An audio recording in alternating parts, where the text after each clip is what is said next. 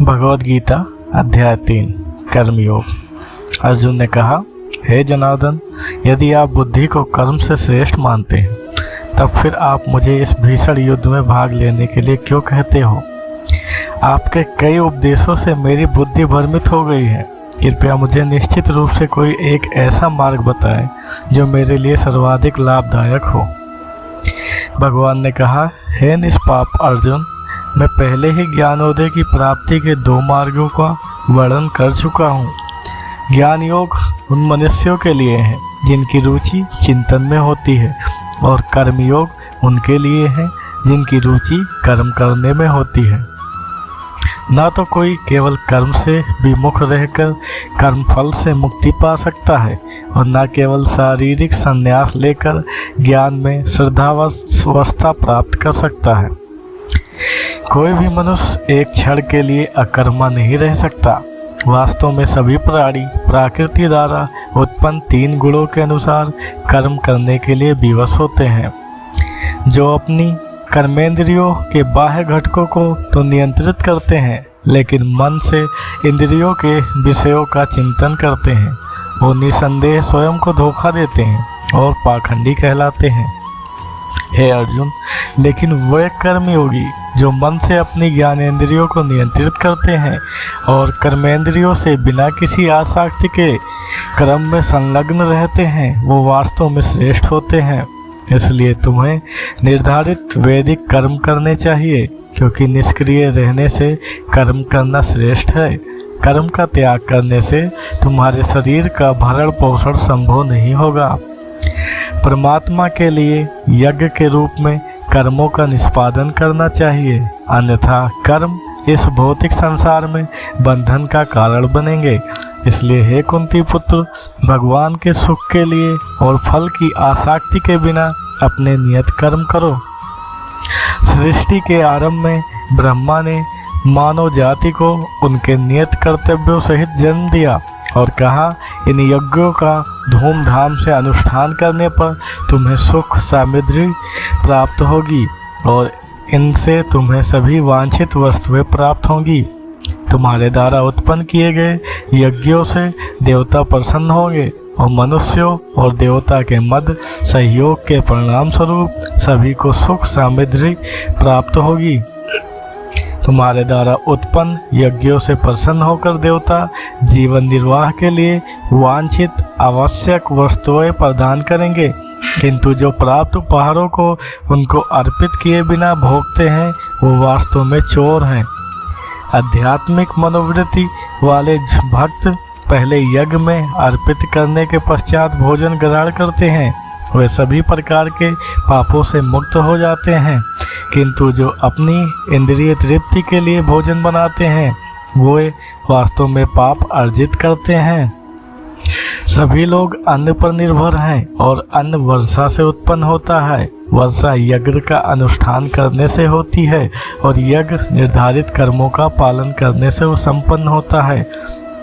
वेदों में सभी जीवों के लिए कर्म निश्चित किए गए हैं और वेद ब्रह्मा भगवान से प्रकट हुए हैं। परिणाम स्वरूप सर्वव्यापक भगवान सभी यज्ञ कर्मों में नित्य व्याप्त रहते हैं।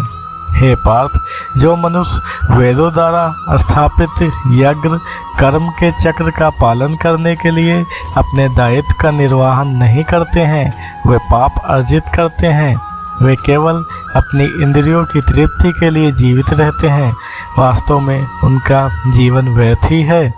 लेकिन जो मनुष्य आत्मानंद में स्थित रहते हैं तथा जो प्रबुद्ध और पूर्णतया आत्मसंतुष्ट होते हैं, उनके लिए कोई नियत कर्तव्य नहीं होता है। ऐसे आत्मकालीन आत्माओं को अपने कर्तव्यों का पालन करने या उनसे विमुक्त होने से कुछ पाना या खोना नहीं होता है, और न ही उन्हें अपनी निजी वस्तुओं की पूर्ति के लिए अन्य जीवों पर निर्भर रहने की आवश्यकता होती है।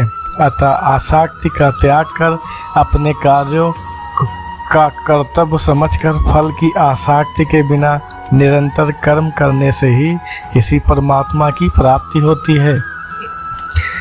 राजा जनक और अन्य पुरुषों ने अपने नियत कर्मों का पालन करते हुए सिद्धि प्राप्त की थी।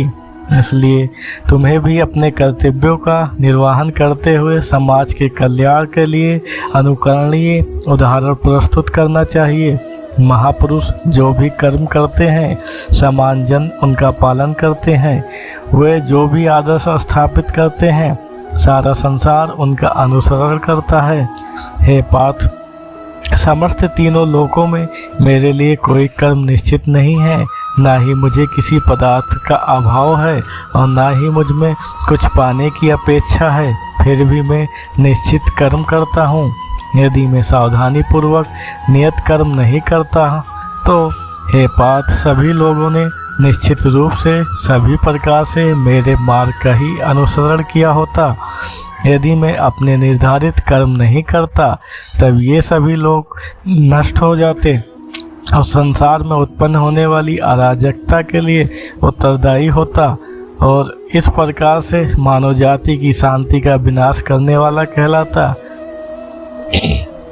हे भरतवंशी, जैसे अज्ञानी लोग फल की आसक्ति की कामना से कर्म करते हैं, उसी प्रकार बुद्धिमान मनुष्यों को लोगों को उचित मार्ग की ओर चलने के लिए प्रेरित करने हेतु अनासक्त रहकर कर्म करना चाहिए। ज्ञानवान मनुष्यों को चाहिए कि वे अज्ञानी लोगों को, जिनकी आसक्ति सकाम कर्म करने में रहती है, उन्हें कर्म करने से रोककर उनकी बुद्धि में मतभेद उत्पन्न न करे, अपितु स्वयं ज्ञान युक्त होकर अपने कार्य करते हुए उन अज्ञानी लोगों को भी अपने नियत कर्म करने के लिए प्रेरित करना चाहिए। जीवात्म देह के मिथ्या ज्ञान के कारण स्वयं को अपने सभी कर्मों का कर्ता समझती है। यद्यपि विश्व में सभी कार्य प्रकृति के 3 गुणों के अंतर्गत संपन्न होते हैं, लेकिन अहंकारवश हे महाबाहु अर्जुन, तत्वज्ञानी आत्मा की पहचान गुणों और कर्मों से भिन्न करते हैं।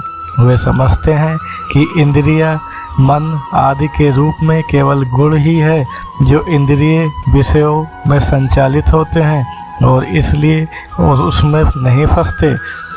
वे मनुष्य जो प्रकृति के गुणों के प्रभाव से मोहित होकर फल प्राप्त की कामना के साथ अपने कर्म करते हैं, लेकिन बुद्धिमान पुरुष जो इस परम सत्य को जानते हैं, उन्हें ऐसे अज्ञानी लोगों को विचलित नहीं करना चाहिए जिनका ज्ञान अल्प होता है। अपने समस्त कर्मों को मुझको अर्पित करके और परमात्मा के रूप में निरंतर मेरा ध्यान करते हुए कामना और स्वार्थ से रहित होकर अपने मानसिक दुखों को त्याग कर युद्ध करो। जो मनुष्य आगाध श्रद्धा के साथ मेरे इन उपदेशों का अनुपालन करते हैं और दोष दृष्टि से परे रहते हैं, वे कर्म के बंधनों से मुक्त हो जाते हैं। किंतु जो मेरे उपदेशों में दोष ढूंढते हैं, वे ज्ञान से वंचित और विवेकहीन होते हैं। इन सिद्धांतों की उपेक्षा करने से वे मेरे अपने विनाश का कारण बनते हैं। बुद्धिमान लोग भी अपनी प्रकृति के अनुसार कार्य करते हैं, क्योंकि सभी जीव अपनी स्वाभाविक प्रवृत्ति से प्रेरित होते हैं। किसी को दमन से क्या प्राप्त हो सकता है? इंद्रियों का इंद्रिय विषयों के साथ स्वाभाविक रूप से राग और द्वेष होता है, किंतु मनुष्य को उनके वशीभूत नहीं होना चाहिए, क्योंकि ये आत्म कल्याण के मार्ग के अवरोधक और शत्रु हैं। अपने नियत कार्यों को दोषयुक्त संपन्न करना अन्य के निश्चित कार्यों को समुचित ढंग से करने से कहीं अधिक श्रेष्ठ होता है। वास्तव में अपने कर्तव्य का पालन करते हुए मरना दूसरों के जोखिम से युक्त भयावह मार्ग का अनुसरण करने से श्रेष्ठकर होता है। अर्जुन ने कहा, हे श्री कृष्ण, इच्छा न होते हुए भी मनुष्य पापजन कर्मों की ओर क्यों प्रवृत्त होता है? ऐसा प्रतीत होता है कि उसे बलपूर्वक पाप कर्मों में लगाया जाता है। श्री कृष्ण कहते हैं, अकेली काम वासना जो रजोगुण के संपर्क में आने से उत्पन्न होती है और बाद में क्रोध का रूप धारण कर लेती है, इसे पाप के रूप में संसार का सर्वभक्षी और शत्रु समझें। जैसे अग्नि धुएं में ढकी रहती है, दर्पण धूल से आवृत रहता है तथा भ्रूण गर्भाशय से अप्रकट रहता है। उसी प्रकार से कामनाओं के कारण मनुष्य के ज्ञान पर आवरण पड़ा रहता है। हे कुंती पुत्र, इस प्रकार ज्ञानी पुरुष का ज्ञान भी अतिरिक्त कामना रूपी नित्य शत्रु से आच्छादित रहता है, जो कभी संतुष्ट नहीं होता और अग्नि के समान जलता रहता है। इंद्रिय, मन और बुद्धि को कामना की प्रजनन भूमि कहा है, जिसके द्वारा यह मनुष्य के ज्ञान को आच्छादित कर देती है और देहधारी को मोहित करती है। इसलिए हे भरतवंशी, प्रारंभ से ही इन इंद्रियों को नियंत्रण में रखकर कामना रूपी शत्रु का वध कर डालो, और जो पाप का मूत रूप तथा ज्ञान और आत्मबोध का विनाशक है। इंद्रिय स्थूल शरीर में श्रेष्ठ है और इंद्रियों से उत्तम मन, मन से श्रेष्ठ बुद्धि और आत्मा बुद्धि से भी परे है। इस प्रकार है महाबाहु, आत्मा को लौकिक बुद्धि से श्रेष्ठ जानकर अपनी इंद्रिय, मन और बुद्धि पर संयम रखे और आत्मज्ञान द्वारा काम रूपी दुर्जय शत्रु का दमन करो।